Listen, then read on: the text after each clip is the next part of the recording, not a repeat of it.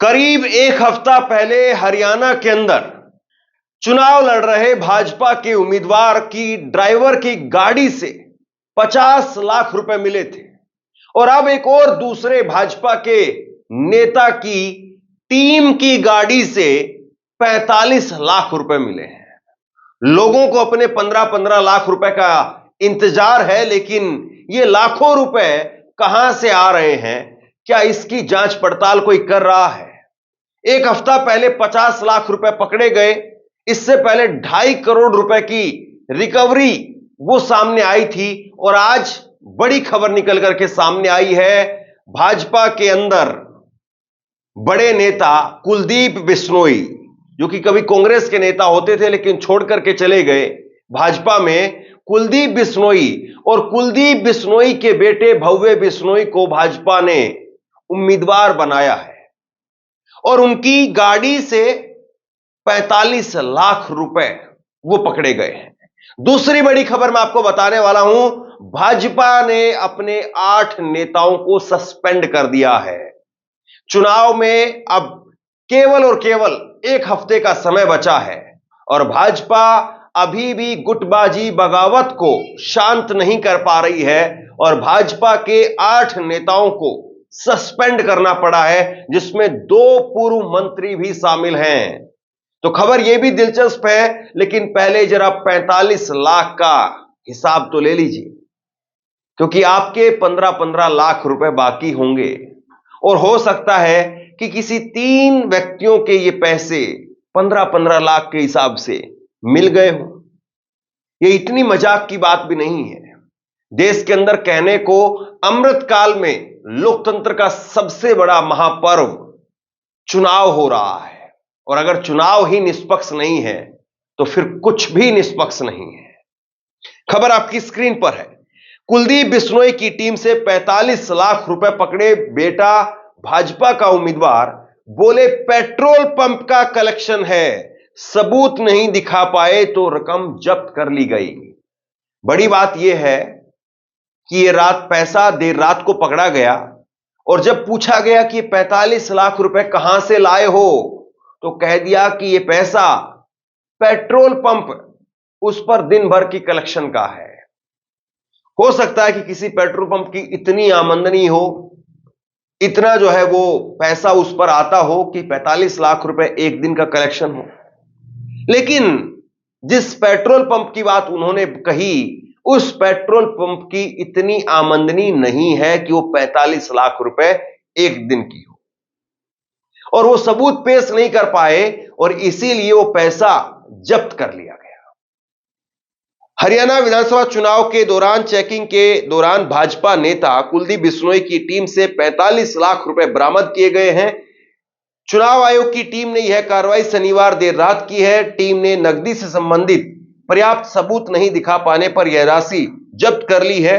पूर्व सांसद कुलदीप बिश्नोई के प्रवक्ता का कहना है कि जब्त की गई राशि पेट्रोल पंप की कलेक्शन है। कुलदीप बिश्नोई के बेटे भव्य बिश्नोई भाजपा की टिकट पर चुनाव लड़ रहे हैं। शक की वजह से राशि जब्त की। टीम को लगा कि इतनी राशि एक दिन में किसी पेट्रोल पंप से कैसे एकत्रित हो सकती है, इसीलिए सावधानी के लिए राशि को कब्जे में ले लिया गया और मौके पर आयकर विभाग की टीम को भी बुला लिया गया।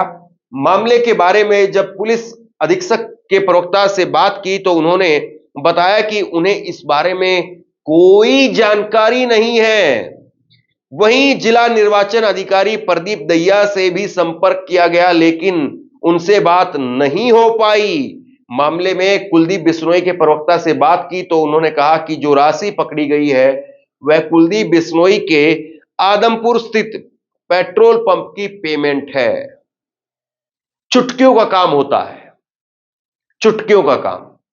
अगर चुनाव आयोग चाहे, आयकर की टीम चाहे तो बिल्कुल चुटकियों के अंदर, ऐसे चुटकी बजाते बजाते चुटकियों के अंदर उस पेट्रोल पंप की पूरी आमदनी सामने रख सकती है और हाल के अंदर 15-20 दिन की या 1 महीने 2 महीने की आमदनी कितनी हुई है रोजाना, वो खंगालना भी कोई बहुत बड़ी बात नहीं है।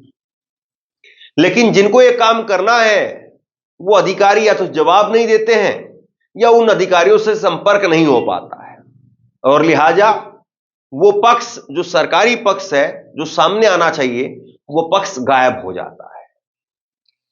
भव्य बिश्नोई कुलदीप बिश्नोई के बेटे हैं और कुलदीप बिश्नोई को किसानों ने घेरा था। पिछले हफ्ते बड़ी खबर बनी थी, कुलदीप बिश्नोई को गांव में जाकर के माफी मांगनी पड़ी थी। वो खबर मैंने आपको दिखाई थी। और अब सोचिए कि अगर इतने बड़े हैवीवेट कैंडिडेट अगर अपने बेटे को भी चुनाव नहीं जिता पा रहे हैं तो फिर क्या कहा जाए।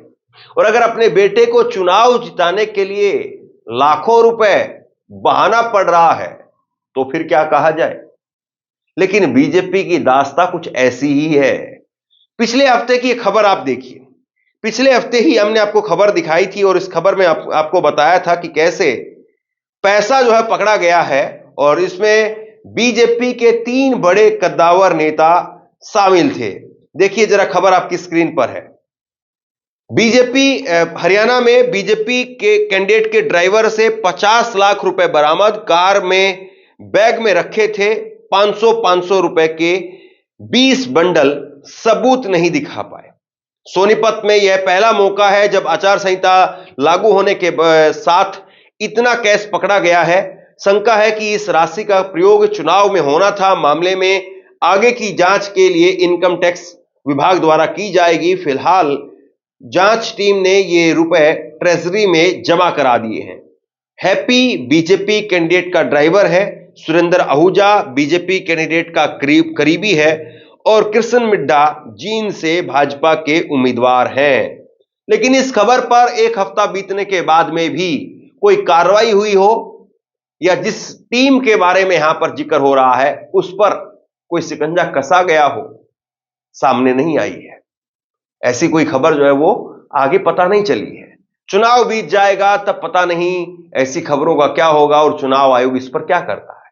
इसी तरह की एक और खबर आप देखिए, दिल्ली हरियाणा दिल्ली बॉर्डर पर 2.84 करोड़ कैश पकड़ा गया। फरीदाबाद पुलिस ने एक दिन में 3 वाहनों से 2,84,65,000 रुपए की नकदी जब्त की थी।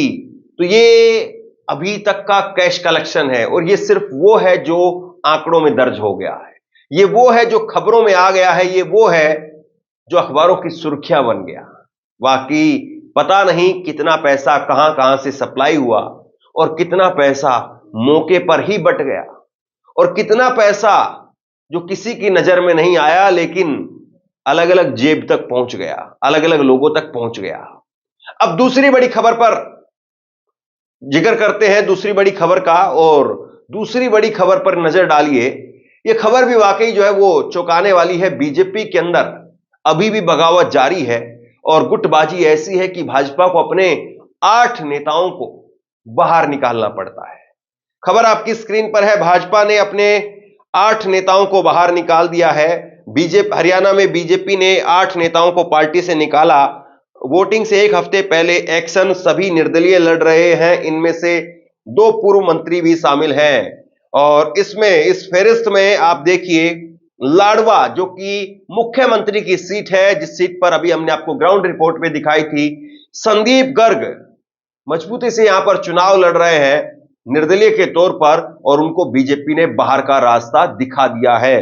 दूसरा नाम असंध से जिलेराम शर्मा, गन्नौर से देवेंद्र काद्यान भी एक बड़ा नाम है। मन्नत होटल की जो एक चेन है, बड़ी चेन है, अलग अलग हाईवे पर आपको मन्नत होटल दिखाई देते हैं। ये मन्नत होटल वाले देवेंद्र काद्यान को भी बीजेपी ने बाहर निकाल दिया है।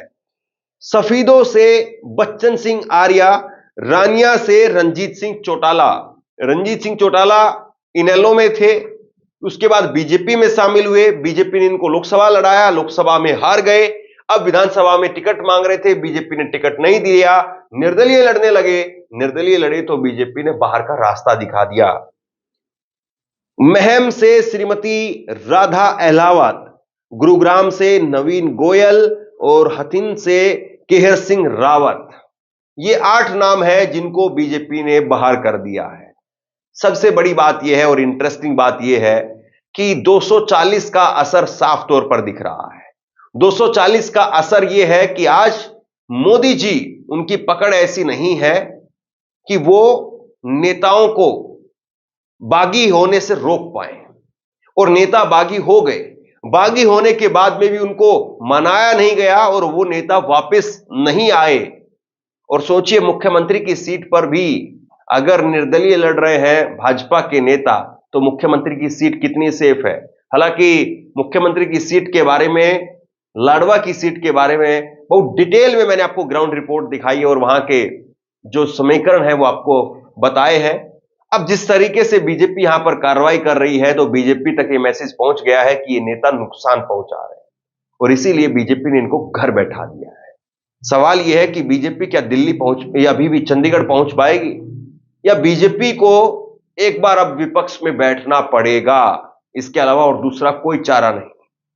बहरहाल आप बताइए कि नेताओं की गाड़ियों से मिल रहे पैसे और नेताओं को पार्टी से निकालने, इसके बाद में भी क्या बीजेपी की हालत अभी भी मानी जाए कि बहुत मजबूत है, या बीजेपी वाकई बहुत कमजोर हो चुकी है। हरियाणा में इस बार विधानसभा चुनाव में आपको क्या दिखाई दे रहा है, नीचे कमेंट बॉक्स में लिख करके जरूर बताइए। इस वीडियो को शेयर कीजिए, लोगों तक पहुंचाइए और इसी तरह की तमाम खबरों के लिए ऑनलाइन न्यूज इंडिया को सब्सक्राइब कीजिए। आपका बहुत बहुत धन्यवाद।